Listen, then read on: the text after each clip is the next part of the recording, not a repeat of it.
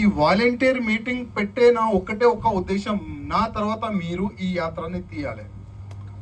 ఇదే ఒకటే లక్ష్యం, ఇదే ఒకట ఉద్దేశం. ఇవాళ లేకపోతే రేపు ఏమైతుంది ఎవరికి చెప్పలేము. రేపు ఏమైతుంది చెప్పలేము. ఏదైనా కావచ్చు.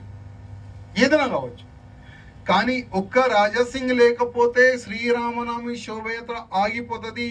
అది జరగకూడదు. దాని గురించే ఒక రామ భక్తులది సైన్యం మనం తయారు చేస్తున్నాం. దానికే ఇది వాలంటీర్ మీటింగ్. నేను అన్నిటికీ రెడీ. ఈ శ్రీరామనవమి శోభయాత్ర మీరు ఉండకపోని, కానీ యాత్ర మీరు చాలు చేసినారు. దీనికి మేము ఖతమయ్యే వరకు మేము ఇదే శోభయాత్రని కంటిన్యూగా చేస్తాం. మా తర్వాత మా పిల్లలు కంటిన్యూగా చేస్తారు, వాళ్ళ తర్వాత వాళ్ళ పిల్లలుగా కంటిన్యూగా చేస్తారని ఆ ఫీలింగ్ మీలో రావాలి. ఇవాళ ఒక మాట అంటున్నా తమ్ముళ్ళ, ఎంతో మంది నా దోస్తులు ఉన్నారు, ఎంతో మంది. యావత్ భారతదేశం కాదు, యావత్ ప్రపంచంలో నాకు ఆశీర్వాదం ఇచ్చేటువంటి చాలా వరకు కార్యకర్తలు ఉన్నారు. కానీ రాజాసింగ్ ని ఎట్టి పరిస్థితిలో సంపాలని మా బామ్మర్దులు కూడా ఉన్నారు కదా. ఇప్పుడు ఏ వ్యక్తి, ఇప్పుడు నేను పైన ఉన్న కింద పోయే వరకు ఏమైతే చెప్పలేం కదా. ఇవాళ చాలా మంది కార్యకర్తలు ఎక్కడొక్కడి నుంచి వచ్చినా తెలియదు, కానీ కరెక్ట్గా ఇంటి వరకు వెళ్తారు. గ్యారంటీ ఉందా? ఎవరు గ్యారంటీ ఇయ్యలేరు. లైఫ్కి ఎవరు గ్యారంటీ ఇయ్యలేరు తమ్ముళ్ళారా. అందుకోసం ఈ యాత్ర వల్ల మీకు తెలియదు ఎంత బెనిఫిట్ అయింది ఈ యాత్ర వల్ల. 2010లో జై శ్రీరామ్ చెప్పనికి చాలా భయపడేది.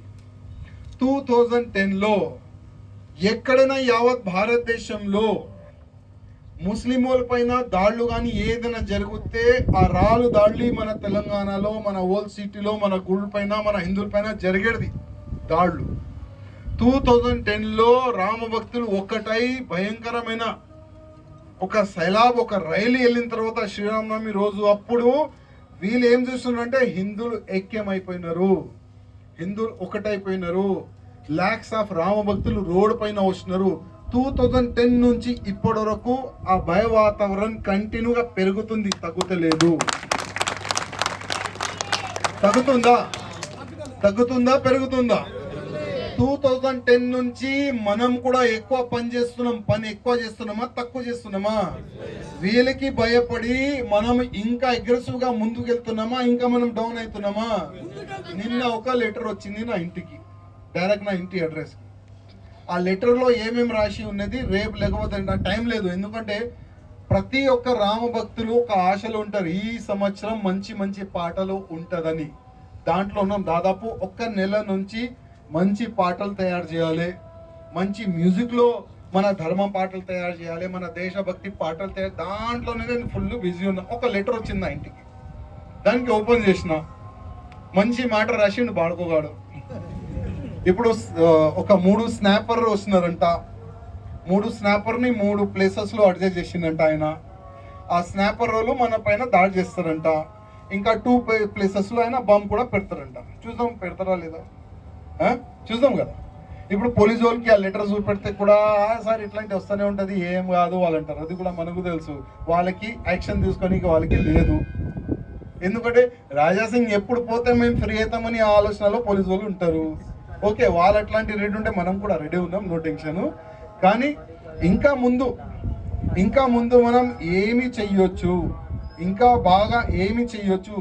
కానీ ఒక్కటే నేనేం చెప్పినా, నా తర్వాత మీరు రెడీ ఉండాలి. ఇప్పుడు పోయే సంవత్సరం దాదాపు పవన్జీ ఎంతమంది కార్యకర్తలు మన దగ్గర లిస్ట్ ఉండే, అంతమంది కార్యకర్తలు ఇక్కడ వచ్చినారా లేదా అది మీరు చూసుకోవాలి.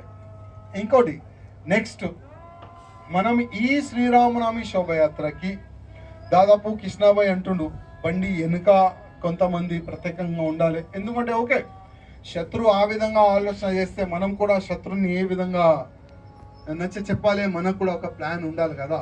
ఆల్రెడీ ఒక ప్యారలల్ ప్లాన్ మనం కూడా తయారు చేసి పెట్టుకున్నాం. కానీ మన రామ భక్తులకి ఎట్టి పరిస్థితుల్లో ఒక చిన్న ఒక రాయి కూడా పడొద్దు మన కార్యకర్త పైన, ఆ ఆలోచన మనకు ఉంటుంది. అది మీ బాధ్యత కూడా ఉంటుంది. మీరు కూడా ఇవాళ ఒక వాలంటీర్ వచ్చింది కదా, ఎంతమంది దోస్తు ఉంటారు? కట్టర్ దోస్తు కావాలి, డూప్లికేట్ దోస్తు కాదు. మనం 1 డే, సంవత్సరంలో 1 డే నేను పూర్తిగా ఈ శ్రీ